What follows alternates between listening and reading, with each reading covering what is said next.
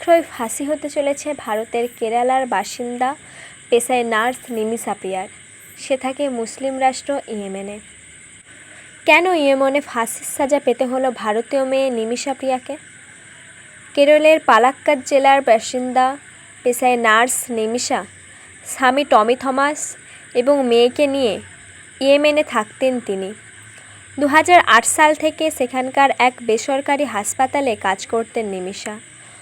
2014 সালে তার স্বামী এবং 11 বছরের কন্যা ভারতে ফিরে এলেও ইয়েমেনেই নিজের ক্লিনিক খোলার স্বপ্ন বাস্তবায়িত করতে থেকে যান তিনি। ওই বছরই ইয়েমেনি নাগরিক তালাল আব্দ মাহদির সঙ্গে যোগাযোগ হয় নিমিষার। মাহদি তাকে নতুন ক্লিনিক খুলতে সাহায্য করবেন বলে আশ্বাস দেন, কারণ ইয়েমেনের আইন অনুযায়ী সে দেশে নতুন ব্যবসা শুরু করতে গেলে দেশীয় অংশীদারের দরকার হয়।